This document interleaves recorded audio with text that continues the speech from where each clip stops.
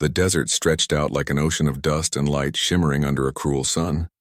Wind hissed softly through the sagebrush, carrying with it the smell of dry earth and loneliness. Clara Weston rode her chestnut mare along the narrow trail that wound between sandstone ridges, the heat rising in waves around her. Her bonnet drooped, the brim stiff with dust, and her lips were cracked from thirst. She had been traveling west for 3 weeks with a small wagon train bound for Arizona territory. But 3 days ago the wagon axle had splintered on a rocky slope. The others had gone ahead to find a blacksmith in Fort Mescalero, promising to send help. She'd stayed behind to guard what supplies remained, until the storm hit. A sandstorm came down from the north like a beast out of hell, swallowing the world in a roar of wind and grit. When it passed, her wagon was half buried. Her horse, half blind with dust in every direction, looked the same. No trail, no tracks, just endless red earth. By the time she realized she was lost, the sun had already started to fall, a molten coin sinking behind the jagged hills. Clara dismounted and shaded her eyes. "There's got to be water somewhere," she whispered to herself, her voice hoarse. She had one canteen left, nearly empty. Every sip was a decision. Every breath tasted like iron. As twilight bled across the sky, she spotted movement in the distance, dark shapes against the glow of the setting sun. At first she thought it was mirage or wild horses, but then one figure separated from the rest, walking with a quiet certainty down the ridge toward her. Her heartbeat quickened. She reached instinctively for the small revolver she kept in her saddlebag. Her father had taught her to shoot. "Only if you have to, Clara girl," he used to say. The figure came closer. A tall man, his skin copper-brown beneath the fading light, long black hair tied with a leather cord. He wore a fringed deerskin shirt, moccasins dusty from travel, and carried a bow across his back. The faint pattern of beads around his neck caught the sun's last gleam. An Apache. Clara's hand trembled around the revolver. Every story she'd heard in the settlements came flooding back. Raids, ambushes, kidnappings. She stepped back, her boots crunching in the sand. The man stopped about 10 paces away, his dark eyes steady on her face. For a long moment, neither spoke. The desert was utterly still, as though holding its breath. Then he lifted one hand slowly, not in threat but in peace. His voice came low and calm. "You are far from your people." Clara swallowed hard, her throat dry as bone. My wagon broke down. I lost the trail." He studied her silently for a moment, eyes narrowing slightly. "You have no water." She hesitated, unsure whether to lie. But her canteen hung empty on her belt, and the tremor in her voice betrayed her. "Not enough." The Apache nodded once, almost to himself. "The nearest river is half a day's ride. You will not reach it by night." "I'll manage," she said, lifting her chin. Though the dizziness at the edges of her vision told another story, something flickered in his gaze. Amusement, perhaps, or pity. "You will not," he said simply. Before she could answer, her horse gave a nervous snort and stumbled. Clara turned to steady it, and in that moment, her foot caught on a rock. She fell hard, her revolver tumbling into the dust. The man was beside her before she could reach for it. He didn't touch her weapon, just stood over her, looking down with a kind of quiet patience. "Leave me be," she said, breathless. "You will die if I do."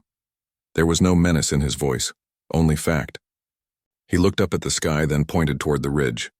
"Shelter there. Wind cave, come." Clara hesitated, torn between fear and exhaustion. The horizon was fading to violet, the first stars beginning to show. Somewhere far off a coyote cried. Her body ached, her throat burned, and the thought of another night alone in the open made her shiver. After a long pause, she nodded. The Apache turned without another word and started up the slope, moving with the silent ease of someone who belonged to the land itself. Clara followed, leading her weary horse stumbling over loose stone. When they reached the ridge, the man ducked into a narrow opening in the rock. Inside was a small cavern, cool and dry, the floor covered in soft sand. He set down a leather pouch and drew out a small water skin, offering it to her. She hesitated again, but thirst won. She drank, careful not to take too much. "Thank you," she murmured, her voice softer now. He gave a brief nod. "My name is Clara Weston." He repeated her name quietly, testing the shape of it. "Clara." Then, without another word, he knelt by the cave mouth and started building a small fire from brush and dried grass. The flickering light painted the walls in gold and shadow. Clara watched him work, precise, efficient, his movements graceful as wind through reeds. She found her courage again in the warmth of the fire. "You live out here alone?" He glanced up. The desert is never alone. It was not the answer she expected. Outside, the night deepened. Stars spread across the sky like spilled salt, and the fire crackled softly between them. For a long while, they sat in silence, listening to the wind. Finally, Clara spoke again. "I've heard your people are at war with the settlers." Taza's jaw tightened slightly. "Some of them. Some only wish to live. And you?" He looked at her then. Really looked, as though searching her soul through the smoke and firelight. "I wish for peace, but peace dies easily in white men's hands." Clara's heart sank. She didn't know what to say. She had lost friends to raids, yes, but looking at him now, she saw not a savage, but a man carrying the weight of loss too deep for words. After a while, she spoke softly. "You didn't have to help me." Taza's eyes softened. "You were lost. The desert takes enough without my help." The words lingered between them like a promise. He handed her a strip of dried meat. She ate slowly, feeling strength return to her limbs. The fire burned low, and outside the wind carried a faint scent of rain. Clara looked toward the cave mouth, then back at him. "You think the storm will come again?" "Maybe," he said. "The desert changes its mind quickly." She smiled faintly. "So do I." For the first time, she thought she saw a hint of a smile in return, small, almost shy. It was gone as quickly as it came. When she lay down to rest, wrapping herself in her blanket, Taza stayed by the fire, keeping watch. She could see his silhouette against the glow, still and patient, like part of the earth itself. Her eyes drifted closed. But one last thought followed her into sleep, that the desert, for all its emptiness, might not be so lonely after all. The wind had calmed by the time Clara opened her eyes again. The storm's rage had passed, leaving behind a silence so complete it felt like the earth itself was resting. The faint crackle of the dying fire was the only sound in the cave. Taza sat near the mouth of the shelter, a dark outline against the pale glow of dawn. He had not slept. She could tell by the stillness in his shoulders, the slow, even rhythm of his breathing. Clara rose quietly, pulling her shawl tighter. The air was cool, and the scent of rain lingered in the sand outside. She stepped closer to the cave's opening and looked out. The desert stretched endless and golden beneath a washed blue sky. Every rock and ridge shone clean as though the world had been born anew. "You sleep lightly," Taza said without turning. His voice was low, unhurried, carrying the weight of a man used to quiet mornings. Clara smiled faintly. "And you, not at all, it seems." He shrugged. "The night watches itself. I only listen." They shared the silence that followed, an easy kind, soft as dawn itself. Taza rose then and stepped out into the open. He moved with a quiet grace, scanning the ridges and valleys below. Clara followed, her boots crunching softly on the stone. From up here, the desert looked endless. Bands of red rock, winding canyons, scattered mesquite trees. To the west, the faint glimmer of water caught the light. "There," Taza said, pointing.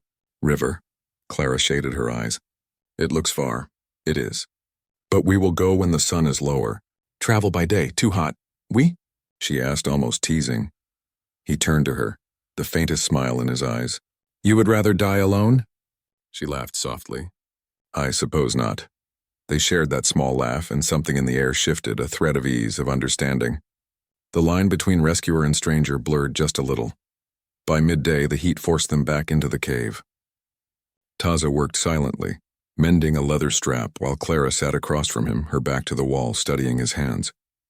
They were strong hands, scarred but careful, moving with the patience of someone who knew how to make things last. "You live out here," she said after a while. "No town, no family?" "My people are scattered," he answered simply. "Some taken east, some killed. The rest—" He paused, tightening the strap. "The rest go where the land still speaks. And you?" "I listen," he said again, as though that was all the answer needed. Clara looked down, ashamed of her curiosity. "I didn't mean to pry," he glanced up. "You ask with kindness. That is not prying." For a long moment they just looked at each other. Then she smiled.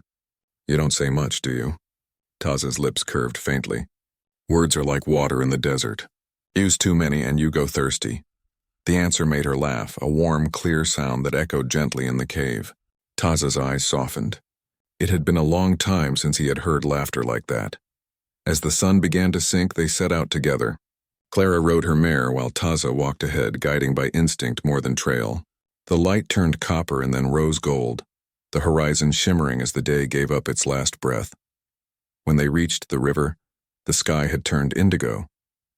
The water glimmered under 1,000 stars and the air was cool again. Taza unsaddled her horse, led it to drink, then began to gather dry branches. "Do you always know where to find these things?" Clara asked, kneeling beside him. "The desert hides nothing from those who respect it," he said. She smiled. "Then it must like you a great deal." He glanced at her, eyes catching the firelight. "Perhaps tonight it likes you too?" Her heart skipped at the quiet weight of his words. They sat close to the fire that night, the river murmuring nearby. The flames painted his face in warm tones, bringing out the bronze in his skin, the calm strength in his eyes. Clara drew her knees close and watched the sparks rise into the vast, unending dark. "It's beautiful," she whispered. "The stars?" He asked. "All of it. The sky, the quiet, even the way the river sounds." She paused, smiling softly. "I used to think the West was only dust and danger." Taza looked up at the stars, their light mirrored in his eyes. "It is that too. But sometimes danger is what teaches you how to see beauty." The words lingered in the air like smoke. When she looked at him again, something in her chest tightened. His expression was thoughtful, almost solemn, yet there was a gentleness there that drew her in. "Thank you," she said softly. He turned to her. "For what?" "For helping me. For not leaving me out there." Taza was silent for a moment, then said quietly, "I could not walk away from someone who was afraid." She looked down at her hands, tracing the edge of her shawl. "I was afraid of you." "I know. Not anymore." Their eyes met again, her blue, his dark as the desert night, and something unspoken passed between them. Not words, but an understanding. A question neither dared ask aloud. The fire burned lower. The night grew colder. Clara shivered once, and without a word, Taza took his blanket and draped it over her shoulders. She felt the warmth of it, and faintly the warmth of him. "Thank you," she whispered again. He nodded. "Sleep now. I will keep the fire." But she didn't lie down right away. The stars seemed brighter now, the world quieter, and for the first time since she'd left home, Clara felt safe. "Taza," she said softly, "will you tell me something?" He looked at her. "What do the stars mean to your people?" He considered the question, then gestured to the sky. "Each one is a spirit. Those who came before us. When we die, we do not vanish. We become light watching the ones still walking." Clara's throat tightened. "That's beautiful." Taza nodded slowly. "When I was a boy, my father told me that the stars of a brave heart burn brightest." "Maybe that is true. Maybe not," she smiled. "I think it's true." He met her gaze for a long moment, then turned back to the fire. The night stretched on. Somewhere far away, a wolf howled. Clara lay down, pulling the blanket closer, and let her eyes drift shut. As she did, she felt the smallest thing, a sense of peace she hadn't known in years. She thought of her father's lessons, of the fear she'd carried westward, and of the man sitting by the fire who had shown her the world was not divided by fear, but by understanding. And before sleep took her, she whispered into the quiet, "Thank you, Taza." He looked over, a faint smile touching his lips. "Sleep, Clara. Tomorrow will find us another sunrise." She smiled too, eyes half closed, and thought, as the wind sighed through the grass, that maybe she had found something rarer than safety in this wild place. Maybe she had found trust, and under the vast, star-washed sky that trust was enough. The desert was not always kind to strangers. Clara had learned that much in the short days since the storm. But she had also learned something else. Trust, though fragile, could grow in the unlikeliest of places. She felt it now cautiously toward Taza, the Apache warrior who had saved her life. The morning air was crisp, with a light haze of dust still lingering over the ridges. Clara rose before the sun fully crowned the sky, the warmth of the fire from the night before long extinguished. Taza was already awake, standing near the edge of the river. watching the water flow over stones worn smooth by time. "You move like the desert," she said softly as she approached. He turned, dark eyes meeting hers, expression calm yet alert. "I have lived here all my life. The land teaches quickly." Clara nodded, feeling the weight of her own inexperience. Her city upbringing had left her ill-prepared for the harshness of the frontier. She had relied on maps and directions, but the desert did not work with maps. It demanded instinct, and tonight she realized it demanded trust. Their trek back toward the wagon remnants was slow. The sun rose higher, baking the rocks and the sand until the heat pressed against her like an unseen hand. Taz's horse, a sleek black stallion, moved silently beside his mare. Clara's shoulders ached, her skin prickling with sunburn, yet she did not complain. Taz's presence, steady and unflinching, was a reassurance she could not explain. "You do not speak much of your people," Clara said after a while, attempting conversation to ease the silence. "They are gone," he said simply. "Or scattered. Scattered how?" She pressed, her curiosity mingling with concern. Taz's jaw tightened. "Some taken east. Some lost to the soldiers. Some chose to walk another path. It is not my story to tell in full." Clara hesitated, sensing the boundaries in his words. Yet she wanted to know more. Not just for curiosity, but to understand him. "And you?" she asked, softer this time. "What path do you walk?" He looked at her, the desert light catching the planes of his face. "One that keeps me alive." Her heart thumped at the simplicity, the honesty of his reply. It was a truth stripped bare of pretense or pride. Clara realized that she too was learning what it meant to survive, and in doing so to trust. As they approached the remains of her broken wagon, a sudden clatter echoed from a nearby ridge. Clara froze, heart hammering. Her hand instinctively went to the small revolver she had tucked into her belt. Taz's eyes narrowed, scanning the shadows. "Bandits," she whispered. He shook his head slowly. "Hunters. But we must be careful." "They are close," Clara's stomach tightened. She had heard of men who roamed the frontier looking for easy prey, lone travelers, settlers, anyone foolish enough to cross paths with them. And now, here they were.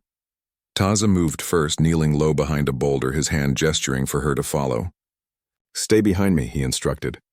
"Do not show fear," Clara obeyed instinctively. The desert had taught her lessons she had never imagined learning: patience, caution, and the sharp edge of observation. But above all, she was learning to trust the man beside her, this mysterious warrior who seemed both part of the land and apart from it.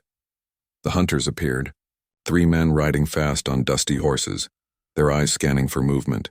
Taz's body tensed, coiled like a spring. Clara felt the same tension in her own limbs. The desert was quiet, save for the steady beat of hooves. One of the hunters spotted them. He raised his rifle. Clara's heart froze. Taza moved before she could think, swift and sure, grabbing her horse's reins and urging her down behind a rocky outcrop. Bullets kicked up sand around them, and the smell of smoke and metal filled the air. Clara's pulse raced, but Taza's calm remained. "You must trust me," he said, his voice low but firm. She nodded, gripping the mane of her horse, the weight of the situation pressing down on her. "I do," she whispered. He gave a subtle nod and sprang into action. The desert seemed to bend around him as he led them in a series of precise maneuvers, ducking behind rocks, using the terrain to their advantage. Clara followed, adrenaline sharpening her senses. She noticed the small details, the way he moved silently, how his eyes never wavered from the threat, the way he shielded her from danger. The hunters' shouts faded as Taza led them through a narrow canyon, eventually finding a hidden path that climbed toward a ridge invisible from below. By the time they stopped, the men had lost sight of them entirely. Clara's legs shook as she dismounted, trying to steady herself. Taza handed her a water skin. She drank deeply, letting the cool liquid soothe her parched throat. "You were incredible," she said finally, voice trembling with relief and awe. Taza's expression softened. "You did well, too. You did not panic. That matters." Her cheeks flushed, not just from exertion but from the weight of his gaze. He looked at her in a way that went beyond mere survival or duty. It was a look that measured her spirit, her courage, her essence. I don't know how to thank you," she said. "You already have," he replied. The simplicity of his words carried a quiet intensity, one that made her heart beat faster than any danger could. They set up camp for the night in a small alcove overlooking the canyon floor. Clara helped gather firewood, still trembling from the morning's close call. The fire crackled to life, painting their faces in golden light once more. Sitting across from him, she found herself studying the lines of his face, the way the firelight softened the hardness that survival had etched into his features. There was a gentleness there, a depth of emotion that both unnerved and captivated her. "You trust me," he said softly, breaking the silence. I think I do," she admitted, her voice barely above a whisper. "You must," he said, eyes dark and steady. "Trust is all we have out here. Without it, the desert takes everything." Clara felt the truth of that in her bones. She had already given herself over to fear and isolation.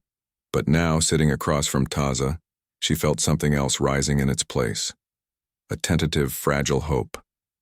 A connection that promised warmth in a world so often cold. Night fell fully and the sky blazed with stars. Clara lay back on her blanket watching the heavens and felt Taza's presence beside her. She was aware of the closeness, the subtle shift of his body as he moved to sit nearer, the quiet of his breathing. She did not fear it. Instead, she felt comforted, as if the desert itself had delivered her into the hands of someone who would not betray her trust. He reached out, lightly brushing a stray lock of hair from her face. The contact was gentle, respectful, yet it sent a jolt through her. She did not pull away. "You are stronger than I thought," he murmured. Clara met his gaze, and in that moment the canyon seemed to fade around them. There was only the fire, the stars, and the quiet intensity of a bond being forged under the endless desert sky. "I didn't think I could survive this place," she whispered. "You will," he said softly, "because you do not walk alone." For the first time in her life, Clara felt the desert not as a threat, but as a companion. And Taza, not just a rescuer, but a man whose strength, patience, and quiet heart had begun to carve a place for himself in hers.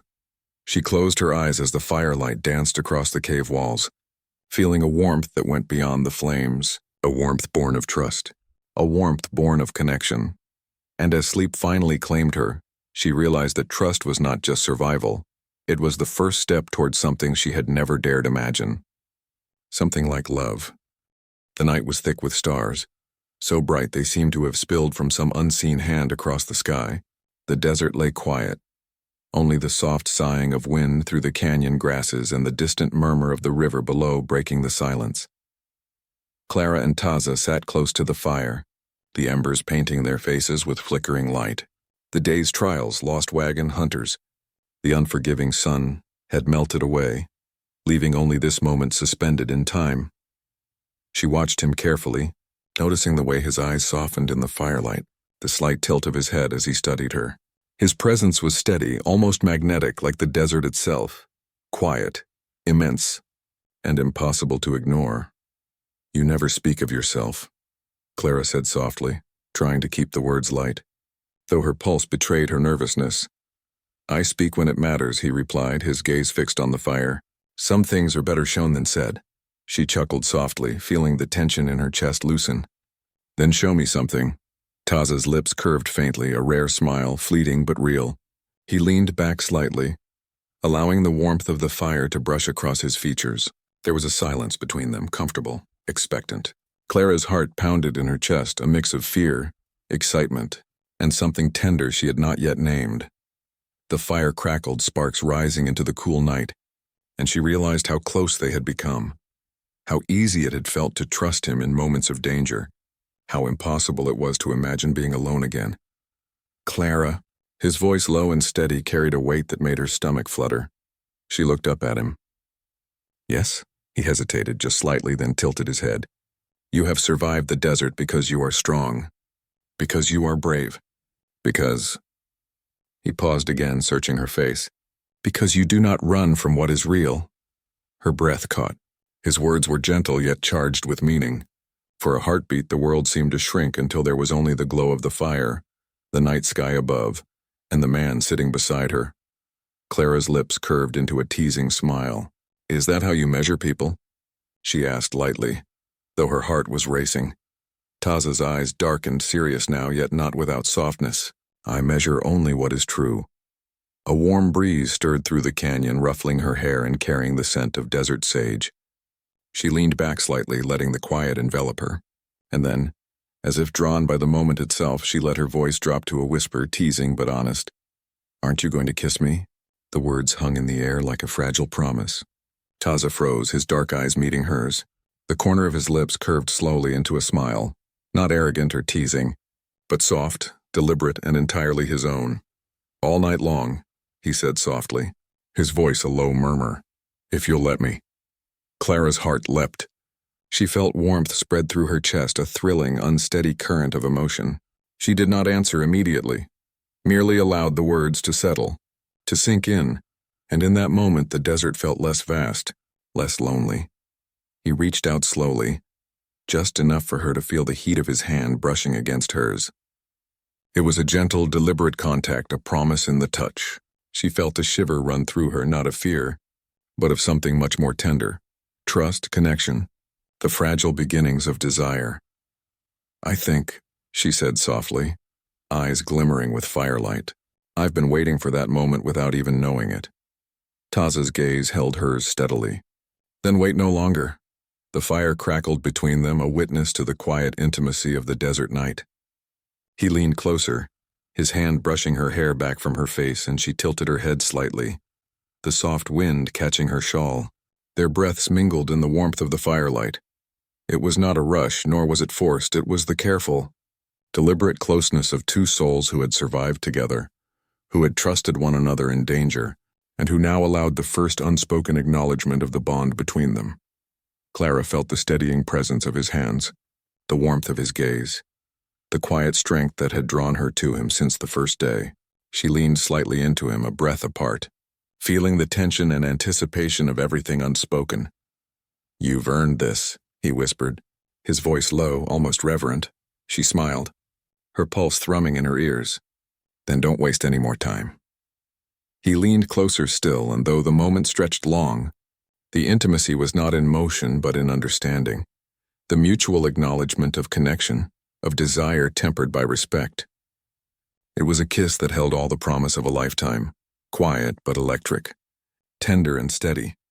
The firelight flickered across their faces, illuminating the soft brush of a hand, the faintest press of lips, and the quiet acceptance of trust earned through the desert's trials.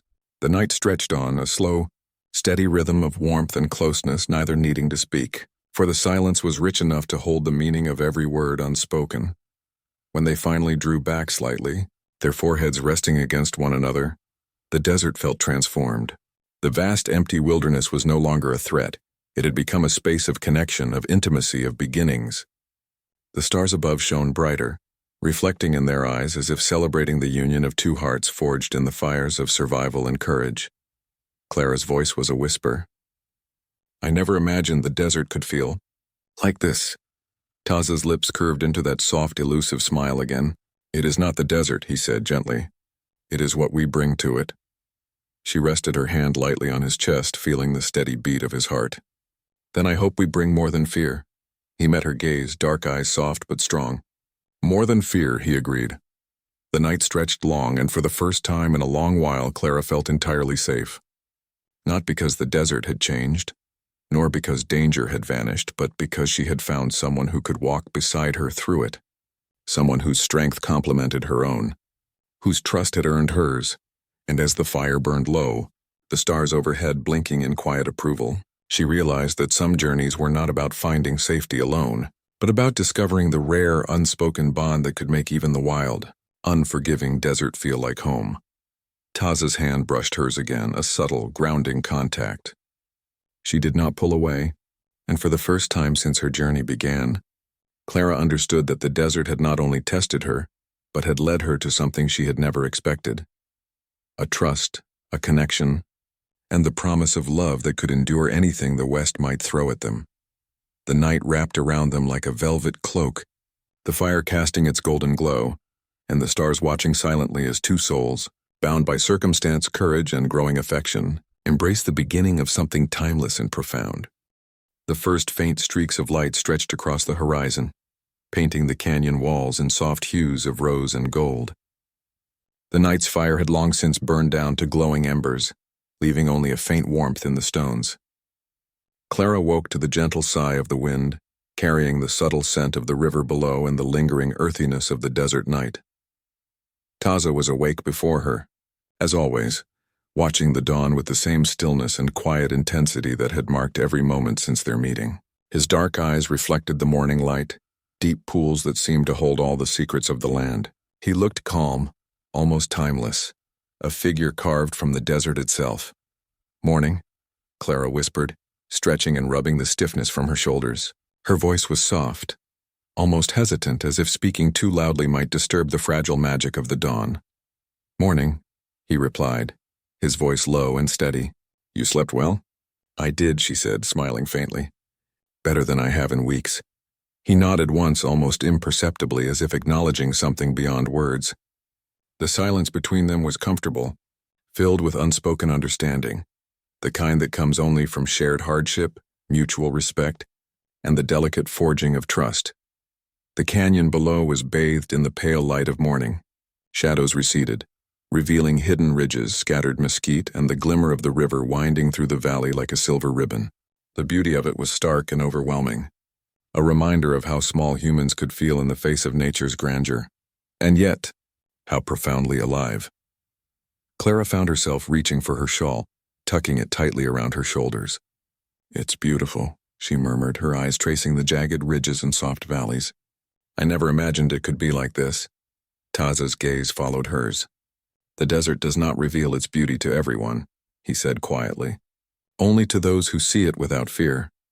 She turned to him, noticing how the soft morning light made his features sharp and striking. The events of the past days, the storm, the hunters, the long rides under the scorching sun, felt distant now, softened by the dawn and by the quiet companionship they had found in each other. Clara took a deep breath, feeling the air fill her lungs with its dry, crisp freshness. "I've been thinking," she said softly, "about what comes next."